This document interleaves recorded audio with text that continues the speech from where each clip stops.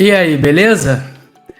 Hoje eu quero falar com você sobre qual o melhor tipo de pessoas que precisamos ter à nossa volta.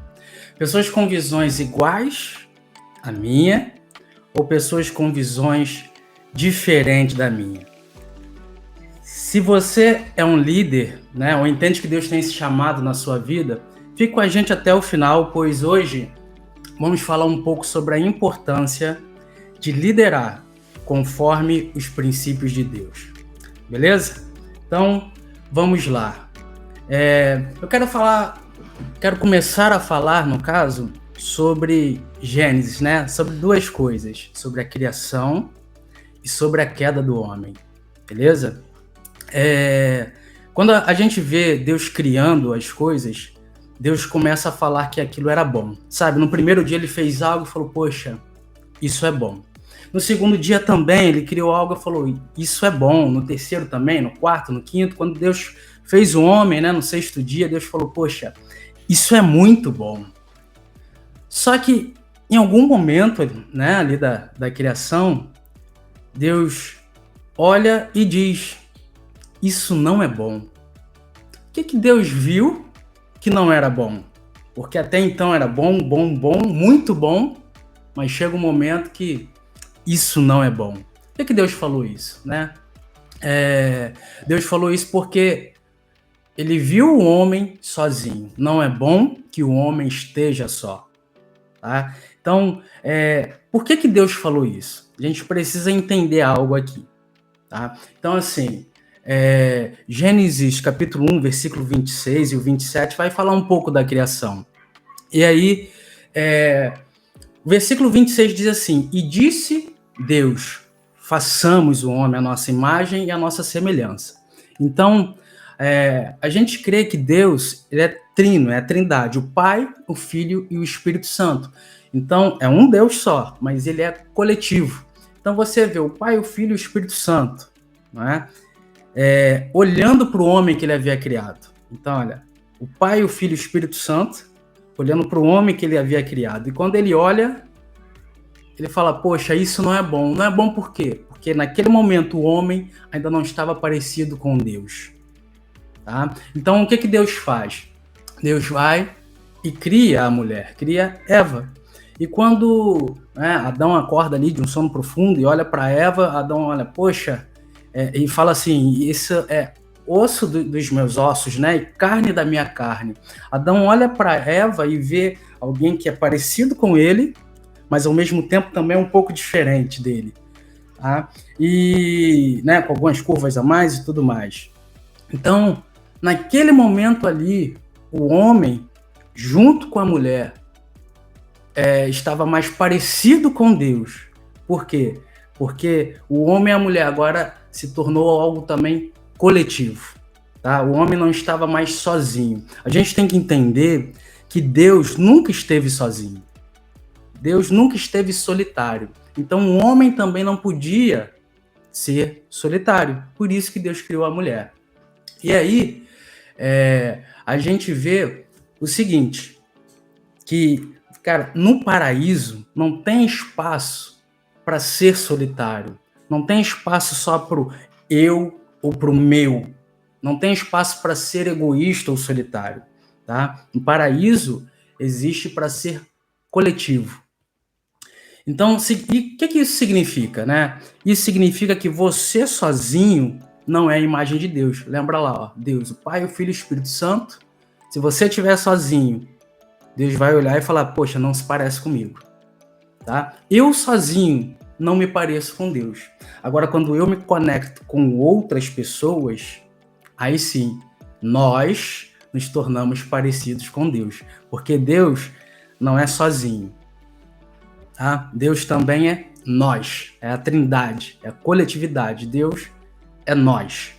É nós parece frase de corintiano, né? Então, olha só, aí a gente vai entender algumas coisas. Em Mateus 18, versículo 20, vai dizer o quê? Que onde estiverem 2 ou 3 reunidos em meu nome, aí eu estou no meio deles. Ou seja, onde estiverem 2 ou 3. Tá? Não é onde estiver um sozinho, onde tiver 2 ou 3, porque precisa haver conexão. Precisa haver essa coletividade. Beleza? Então, quando Adão se junta a Eva, se conecta a Eva, né, se entrelaça com Eva, cara, eles têm o poder de fazer a mesma coisa que Deus. Eles têm o poder de fazer outro ser humano. Então, eu sozinho, eu não tenho como fazer outro ser humano. Minha esposa sozinha também não tem como fazer outro ser humano. Mas quando a gente se conecta, tá? A gente tem o poder de criar outro ser humano, assim como Deus criou. Então, quando essa conexão acontece, é gerado o quê? A unidade. É o que está lá em João 17, né? A oração de Jesus em relação aos discípulos, né? Ele fala, Senhor, que eles sejam um, assim como eu sou um contigo, tá? Então, essa unidade, ela só é possível quando existe a conexão de pessoas, tá? Unidade é diferente de estar solitário, beleza? Unidade é quando pessoas se conectam e aí cria-se uma unidade. Então, a gente falou um pouco da criação e em relação à queda, né? O que aconteceu com o homem em relação à queda? Entrou a serpente ali em Gênesis 3, né, que é a personificação do mal, e o objetivo, né, do inimigo é só um. Qual o objetivo do inimigo? É nos ensinar a falar eu, em vez de nós. É nos ensinar a falar meu, em vez de nosso. Tá? Então, o inimigo, quando aparece, ele não fala me adore. O inimigo, quando aparece, ele fala assim, se adore. Tá? E esse se adorar é quando a gente é egoísta, quando a gente é individualista. Isso é o se adorar. Não, eu quero para mim primeiro, é tudo eu, tudo meu. Tá? Então, esse foi o papel do inimigo quando o homem caiu, ali em Gênesis 3, na queda do homem. Tá? A serpente falou assim, olha, se você comer dessa fruta do conhecimento do bem e do mal, você vai ser como Deus. E aí é como se Eva e como se Adão tivessem falado, eu quero ser como Deus. O ruim é que eles já eram como Deus, né? Mas aí, o que aconteceu? Quando imperou o eu, ali foi a ruína do homem, ali foi a queda. E tanto é que Deus teve que tirá-los do jardim, porque no jardim, né, no paraíso, não existe espaço para individualidade, né, o egoísmo. Tá? Não existe espaço para o eu, não existe espaço para o meu. No paraíso, só existe espaço para nós. Lembra lá de Deus, Pai, Filho e Espírito Santo. Façamos, foi o que Deus disse. Beleza? Então, para dar um exemplo sobre isso, existe alguma coisa capaz de separar a Trindade que vive em harmonia perfeita desde a eternidade? Vou repetir a pergunta. Existe alguma coisa capaz de separar a Trindade que vive em harmonia perfeita desde a eternidade? Vou te dar 2 segundinhos aí para você pensar.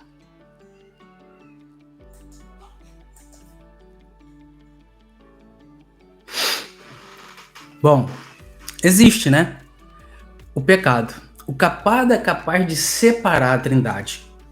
Beleza? Então, poxa, a gente vê lá Jesus no Getsêmani, Jesus orando 3 vezes a mesma coisa. Senhor, se possível, afasta de mim esse cálice. Contudo, não seja feita a minha vontade, mas a tua. Que cálice era esse que Jesus estava se referindo? Talvez a gente possa pensar assim, poxa, o cálice foi o prego, sabe? O prego na mão, a lança na lateral, talvez foi as espinhas entrando ali, ferindo, machucando. O cálice talvez foi a humilhação, tudo que ele sofreu. Mas tudo isso que a gente está falando aqui realmente faz parte do cálice, mas é tudo algo físico. Mas existe algo além. Tá? O cálice ali para Jesus significava o seguinte, cara, Jesus sempre fez parte da Trindade. Mas quando ele estava indo para a cruz e o pecado de toda a humanidade iria cair sobre ele, e é o pecado que nos separa de Deus, então o que ia acontecer? Jesus ia ser separado de Deus. ia ficar separado, desconectado da Trindade. Tá? Então, o que acontece? Jesus deixaria de ser algo coletivo, né? Jesus deixaria de ser nós e passaria a ser eu. Tá? Tanto é que quando Jesus está na cruz, o que ele grita? Jesus grita lá na cruz o seguinte: Deus meu, por que me desamparaste? Repara que não é Deus nosso, é Deus meu. Tá? Então, quando o pecado está sobre alguém, leva essa pessoa a agir de maneira individual. Tá? Jesus gritou na cruz: Deus meu. Ele não gritou Deus nosso, Deus meu. Agora, é o seguinte: Cristo pagou pelos nossos pecados ali na cruz, né? Dizendo Deus meu, para que nós pudéssemos falar o quê? Pai nosso, Pai nosso. Tá? Porque evangelho não é individualismo. Se é individualismo, não é evangelho. Se é egoísmo, não é evangelho. Tá? Então, Jesus falou, Deus meu, para que nós possamos dizer, Pai nosso, Pai nosso. Então, o que é a salvação, gente? O que é salvação? Salvação é se tornar um com Deus. Tá? Entenda que salvação não é ser levado até a cruz e dizer, Deus morreu por mim. E toda vez que você peca, você diz, perdoa os meus pecados, pois Cristo morreu por mim. Cara, salvação não é isso. Salvação é se tornar um com Deus. Significa que quando você se lembra da crucificação de Cristo, quem está pendurado lá com Cristo? Nós. Porque nós somos um com Ele. Isso é salvação. Então, quando eu olho para a cruz de Cristo, quando eu lembro da crucificação de Cristo, quem está pendurado com Cristo? Nós. Eu estou lá junto com Ele, você está lá junto com Ele. Nós estamos pendurados junto com Ele na cruz. Tá? E quando Ele morreu, quem morre junto? Nós. E quando Ele ressuscita, quem ressuscita junto? Nós. Tá? E Efésios 2 vai falar sobre isso. Efésios 2, versículo 6 diz assim: Deus nos ressuscitou, ó. Deus nos ressuscitou com Cristo e com Ele nos fez assentar nos lugares celestiais em Cristo Jesus. Tá? Então, olha a frase: Deus nos ressuscitou com Cristo. Então, não está ali no individual, está no coletivo. Deus nos ressuscitou e nos fez assentar nos lugares celestiais. Então, onde Deus está, nós, eu, você, nós estamos com Ele. E isso é salvação. Tá? Salvação é ser um com Deus. E Paulo falou sobre isso também, né? Gálatas 2:20, ele diz assim, né? Eu fui crucificado com Cristo. Olha o nós aí, ó. Eu fui crucificado com Cristo. Já não sou eu, ó, o eu já perdeu espaço, não sou eu quem vive, mas Cristo vive em mim. E a vida que agora eu vivo no corpo, vivo pela fé no Filho de Deus, que me amou e se entregou por mim. Então, se eu sou um com Cristo, né? Você é um com Cristo, a pessoa que está do seu lado, talvez aí, né, é um com Cristo, a minha esposa é um com Cristo, então o que nós somos? Nós somos um. Nós somos um. Tá? Por quê? Porque nós estamos conectados. Nós estamos ligados, conectados. E agora nós somos um só. Um pastor encontrou outro pastor, né? Isso é uma história. Um pastor encontrou outro pastor e aí, sabe, coçou a boca para fazer uma pergunta, né? A pergunta que a maioria dos pastores quer fazer para outro, que é o quê? Quantos membros tem na sua igreja? Então, um pastor encontrou com outro e fez essa pergunta: quantos membros tem na sua igreja? E o pastor, muito sabiamente, ao responder, disse assim: ué, você não sabe? Bom, na nossa igreja tem um membro. Por quê? Tem um membro. Porque nós somos um com Cristo. E cada membro que chega não é mais um membro. Cada membro que chega, na verdade, é vezes um membro. Porque o reino de Deus não é adição. O reino de Deus é multiplicação, pô. Então, se tem eu com Cristo, nós somos um. Assim como Cristo com o Pai era um. Tá? Então, se existe só eu e Cristo aqui, nós somos um nessa igreja. Se chega mais um, não serão dois. Se chega mais um, é um vezes um. Então, se chega mais um, continuamos sendo um. E se chega mais um, continuaremos sendo um. Tá? E quanto que dá 1 vezes 1? 1. Então, a mentalidade do reino é multiplicar, é multiplicação. Então, com essa mentalidade de multiplicação, que não é mais, é vezes, tá? Fica fácil entender a Trindade agora, né? Talvez se você nunca entendeu, ou nunca conseguiu explicar o que é a Trindade, um Deus trino, acho que agora vai facilitar. Porque não é o Pai, mais o Filho, mais o Espírito Santo. Na verdade é o Pai vezes o Filho vezes o Espírito Santo. É 1 vezes 1 vezes 1. E quanto que dá essa conta, gente? Quanto que dá? 1 vezes 1 vezes 1. Dá? 1.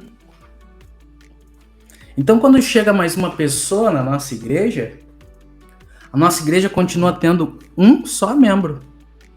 E esse membro tem nome. Se chama o quê? Cristo. Porque nós, igreja, somos o corpo de Cristo. Nós não morremos com Ele, não fomos crucificados com Ele, nós não ressuscitamos com Ele. Tá? Então, o nome do membro da igreja se chama Cristo. E nós somos o corpo de Cristo. E quantas pessoas tem nessa igreja? Uma pessoa. Tá? Então, se a gente pudesse definir o evangelho nessa aula, né, ficaria assim: o evangelho é uma mudança de pensamento que substitui o eu e o meu da minha boca, colocando o nós e o nosso. Vou repetir. Uma nova definição de evangelho através dessa aula. Evangelho é uma mudança de pensamento que substitui o eu e o meu da minha boca. Colocando o quê? O nós e o nosso. Não é mais eu ou meu. Agora é nós e nosso. E aí, se você reparar, chega um momento na Bíblia, nos evangelhos, que os discípulos de Jesus pedem a Jesus: Senhor, nos ensina a orar. Imagina aí, né? Jesus sempre tirava momentos de oração.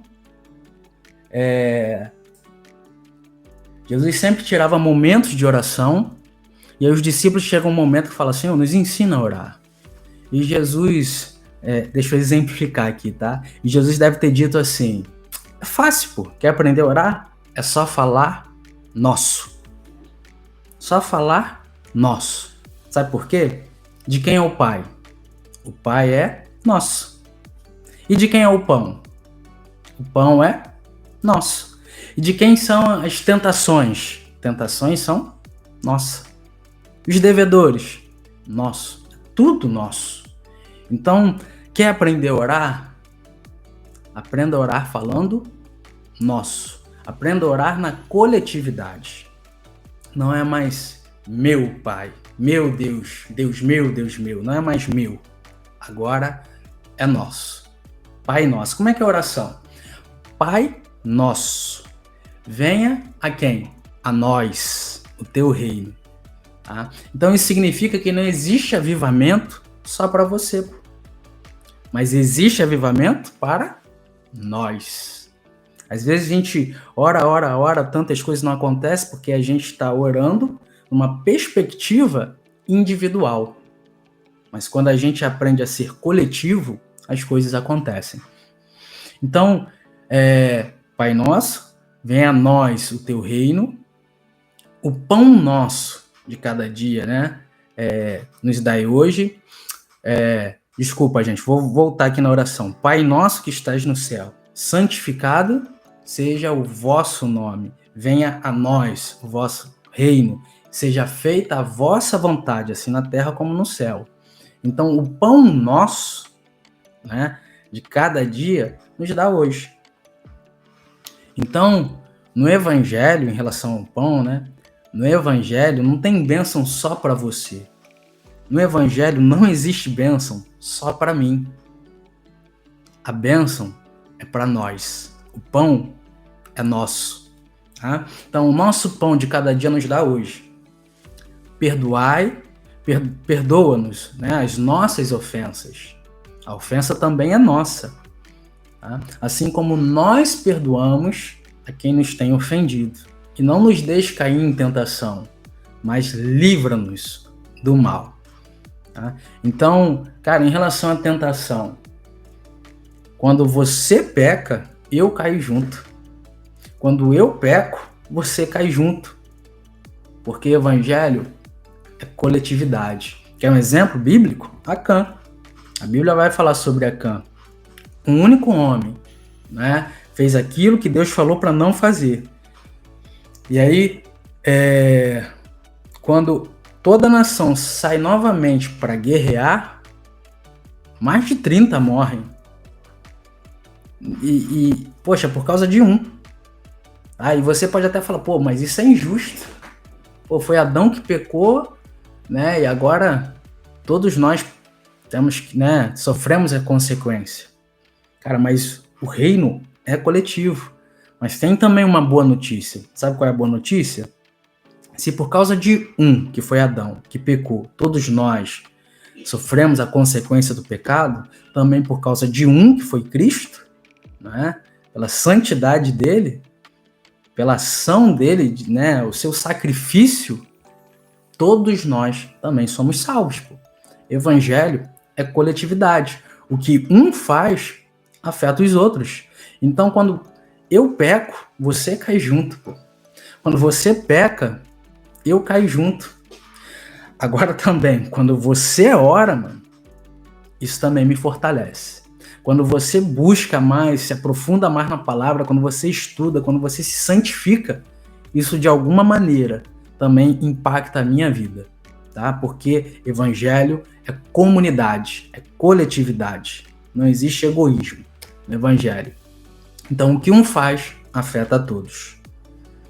E aí eu quero falar para vocês sobre um homem na Bíblia, Jacó. Vou tentar resumir aqui rapidamente a história de Jacó. Tá? Jacó, quando nasce, né, ele nasce agarrado lá no calcanhar do irmão. Ele está lutando ali para nascer primeiro. Por quê? O primeiro a nascer tinha uma bênção dobrada.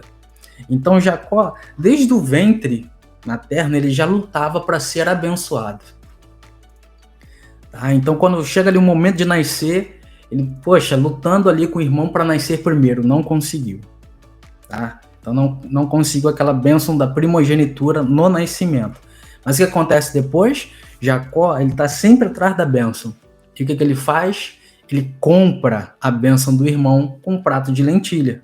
E depois o que ele faz? Ele engana o pai dele para ser abençoado.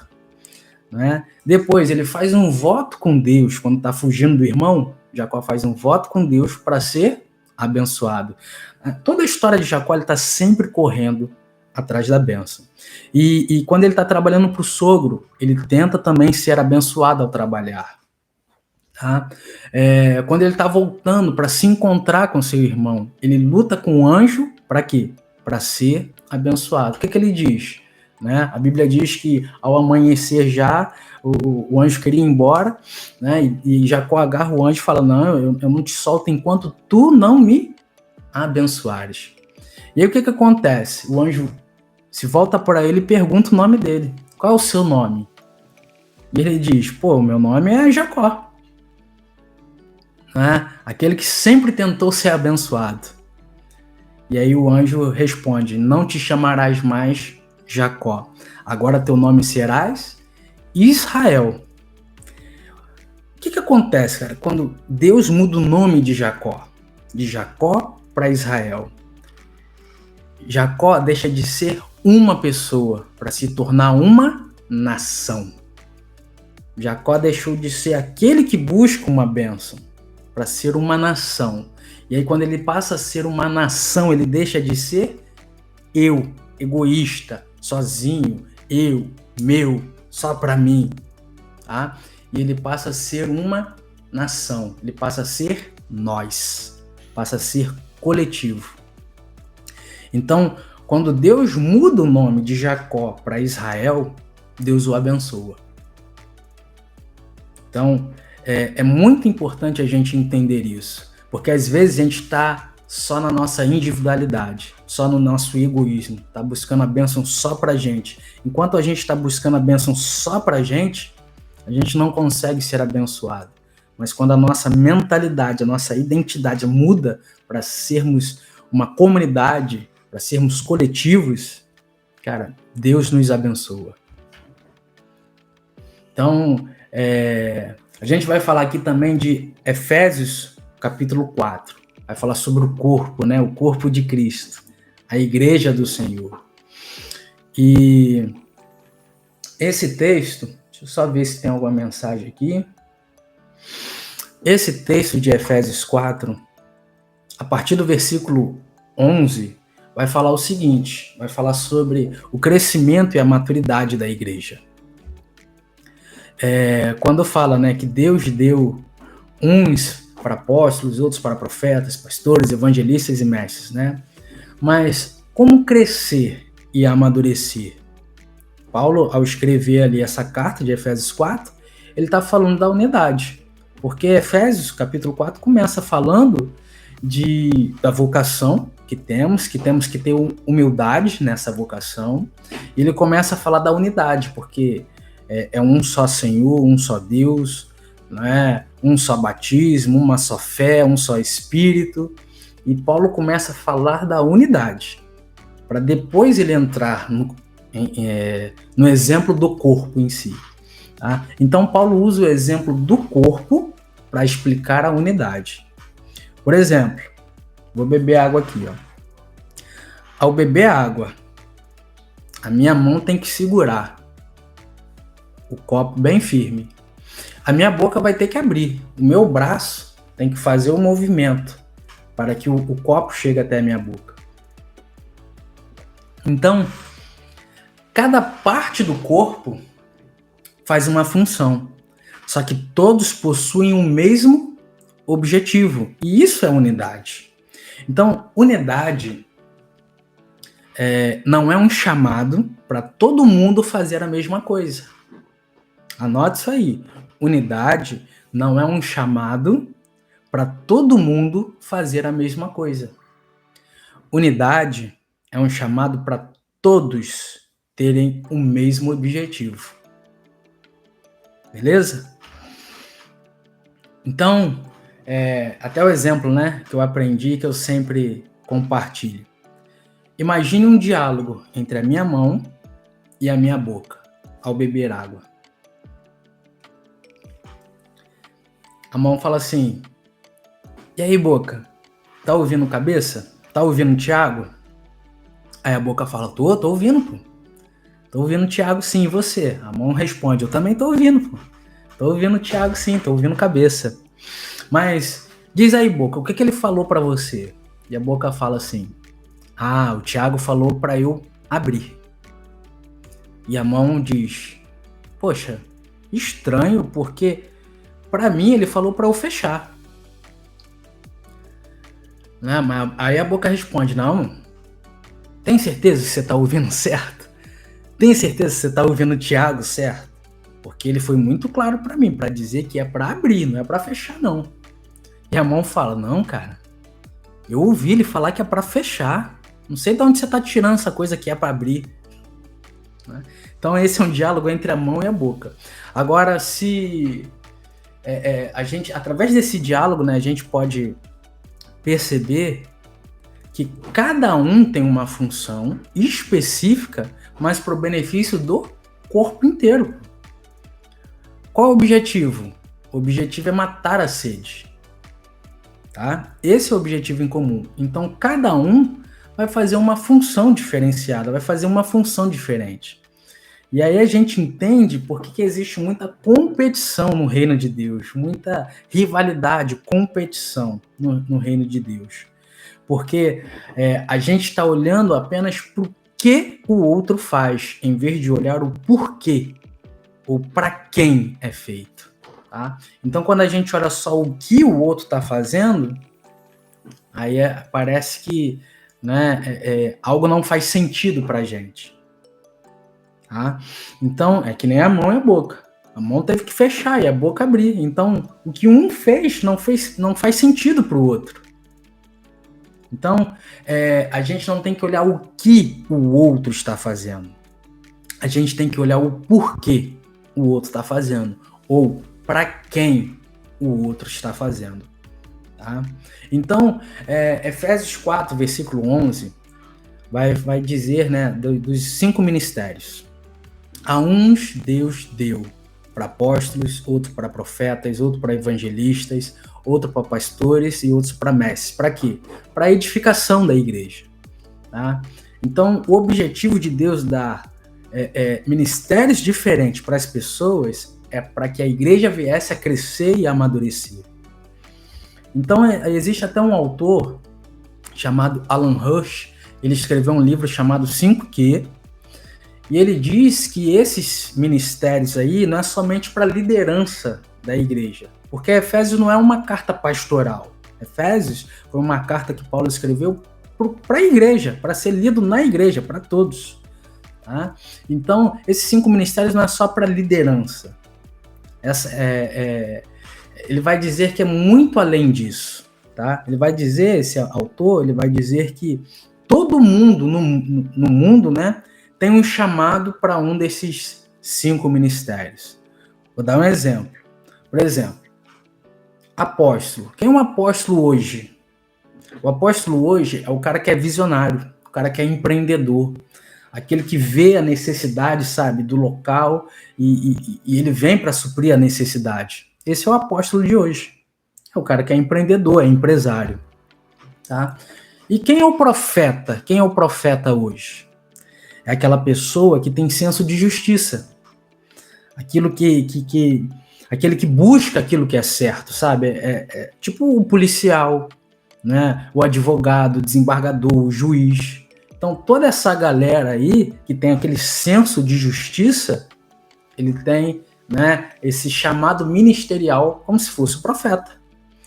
E quem é o evangelista de hoje? O evangelista de hoje é aquele que está comunicando, aquele que recruta, né, outros para o reino de Deus. Então, o evangelista hoje, quem é?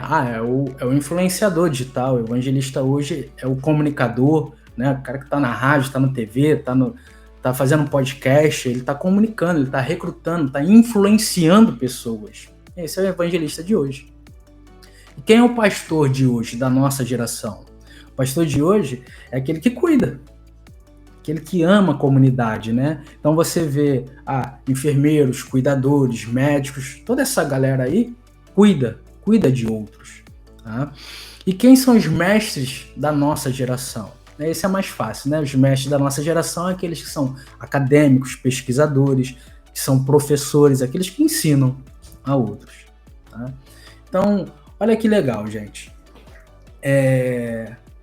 A Bíblia vai falar sobre Pedro, o encontro de Pedro com Cristo. E o que Pedro fazia? Pedro era pescador. Tá? E quando Cristo, né, vai ali, tem um encontro com Pedro ali no barco, ensina e pega uma grande quantidade de peixe em Lucas 5, né? Jesus chama ele para fazer o quê? Para ser pescador. Ou seja, o que Pedro era antes de se encontrar com Jesus? O que ele estava fazendo? Ele estava pescando. Aí Jesus se encontra com ele, fala assim, Pedro, me segue, né? Porque eu vou te fazer o quê? Um pescador. Né? Ou seja, Pedro estava pescando antes e Jesus estava chamando ele para pescar. Então, Deus não muda o que você nasceu para fazer. Ele muda o propósito do que você nasceu para fazer. Porque agora Pedro não ia pegar mais peixe. Pedro ia pescar homens, almas. Então, antes você usava o seu dom, talvez para lucrar. Agora, Deus usará o seu dom para o reino dele. Então, Jesus é a junção aí dos 5 ministérios, tá, gente? Porque Jesus é o apóstolo dos apóstolos, é o pastor dos pastores, foi o grande evangelista, né, o profeta dos profetas. Jesus é a junção dos 5 ministérios. Mas cada um de nós tem uma porção, tem um dos 5 ministérios. Tá? Então, se Jesus é a junção dos 5 ministérios, quando é que ele aparece nesse mundo? Jesus aparece quando nós nos conectamos, mesmo tendo um chamado diferente, um ministério diferente, mesmo quando nós somos diferentes. Tá? Então, cara, quando mesmo sendo diferente, pensando diferente, tendo um ministério diferente, quando nós tomamos decisão juntos, Jesus aparece. Jesus, ele é manifesto quando nós nos conectamos. Tá? Então, lembra que quando 2 se tornam 1, nasce algo novo, né? Adão e Eva se conectaram, se tornaram 1. E aí, nasceu algo novo. Só que presta atenção, pois é quando dois diferentes se tornam 1. Tá? Ou seja, só nasce algo novo na unidade dos diferentes. Quando os iguais se juntam, não nasce nada novo. Tá? Então, imagina que tem um problema na igreja. E aí, o que você acha que o mestre vai dizer?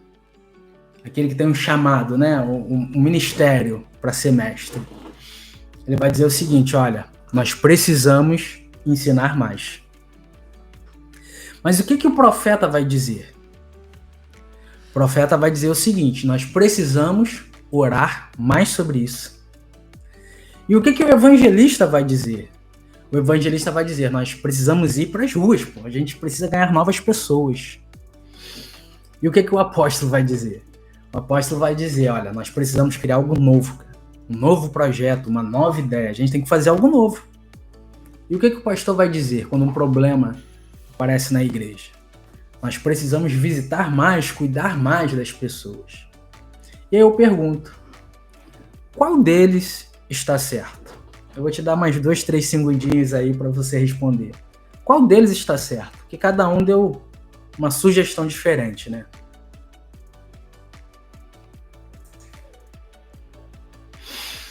Bom, todos, né? Todos estão certos. Na verdade, assim, qual deles está errado? Está errado aquele que achar que só a sua visão é importante. Aquele que despreza a visão dos outros. Aí ele vai estar errado. Tá? Então, o que precisamos é nos unir no corpo de Cristo. Tá? O que precisamos é nos unir no corpo de Cristo, mas nos unir com quem? Com os diferentes. Pois quando há concordância na terra, né, quando há ligação na terra, também há ligação nos céus. É Mateus 18, 18, né? Tudo que ligares na terra será ligado nos céus.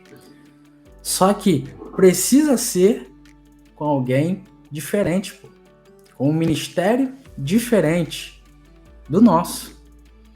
Tá? Porque Deus deu 5 ministérios para crescimento e amadurecimento da igreja. Então, se houvesse só pastor, se não houvesse evangelista, se não houvesse mestre, se não houvesse profeta, tá? Como é que seria a igreja? Ou então, se só existisse Evangelista. Evangelista só traz, e quem cuida? Se não tivesse pastor, se não tivesse mestre para ensinar, como é que seria a igreja? Então, por isso que Deus deu os ministérios, os 5 ministérios, tá? Porque são visões diferentes, pô. Visões diferentes. E quando nós nos conectamos, mesmo sendo diferentes, cara, ali Deus se manifesta. Ali Deus aparece. Tá? Então, o exercício de hoje, tá? A gente já está chegando ao final dessa mentoria, mas eu queria passar um exercício para você. Eu vou colocar na descrição do vídeo, tá? Um link para você fazer um teste, para você descobrir qual dos 5 ministérios você tem mais aptidão. É claro que dos 5 ministérios a gente faz um pouco de cada um. Por exemplo, eu sou pastor, tá? Eu estou aqui ensinando, estou como mestre, mas também estou como evangelista, né? Influenciando aqui no YouTube. Então a gente tem faz um pouquinho de cada um. Só que tem um dos 5 que a gente tem mais aptidão. Tá? Então eu vou passar, depois eu boto um link para você fazer o teste para ver qual dos 5 ministérios você tem mais aptidão. E aí, esse é o primeiro exercício. O segundo exercício aplique o teste nas pessoas ao seu redor, para você saber quem está à sua volta, porque você precisa se conectar com pessoas diferentes. Lembre-se, na junção dos iguais não nasce nada novo. A junção precisa ser dos diferentes, para que nasça algo novo. Então, imagina, poxa, se você tem um chamado ministerial como pastor, você gosta de cuidar de pessoas, e aí você se conecta com aquele que gosta de influenciar pessoas, se conecta com aquele que gosta de ensinar, né? E vai se conectando com pessoas com um ministério diferente do seu, cara, o quanto de ideia pode surgir dessa reunião, o quanto de solução pode surgir dessa reunião, tá? Então, primeiro exercício, eu vou passar o link, você faz o teste. Segundo exercício, aplica esse mesmo teste para as pessoas à sua volta. Tá? E o terceiro exercício, pense em como ajudá-las a se desenvolverem naquilo que elas são. Não treine os outros para ser como você. Tá? Não treine os outros para ser como você. Treine eles para ser o que eles são. Tá? Então, independente se a minha vocação é para ser mestre e pessoas que estão junto comigo, eu preciso treiná-las, se um tem chamado de evangelista, o outro tem, né, um ministério profético, eu não tenho que treiná-los para ser mestre, eu tenho que treiná-los no ministério de cada um deles. Tá? Então, pensem em como desenvolver pessoas naquilo que elas são chamadas para fazer. Tá? Que livro um pastor deveria ler, por exemplo? Que livro aquele que tem um ministério profético deveria ler? Que livro um evangelista deveria ler? Então, ajude essas pessoas aí que estão à sua volta, beleza? E, finalizando, né? Comenta aí aquilo que mais te tocou, aquilo que mais tocou o seu coração, tá? E lembre-se, o que você aprendeu aqui, compartilha aí, tá? Deus te abençoe, Deus nos abençoe. Tá bom? Fica na paz, um ótimo dia, espero que você tenha recebido algo de Deus e a gente para por aqui e daqui a 15 dias a gente tem aí a parte 2 dessa mentoria. Visões iguais ou visões diferentes? O que é melhor? Espero ter respondido aí essa questão durante a aula. Um grande abraço e até mais.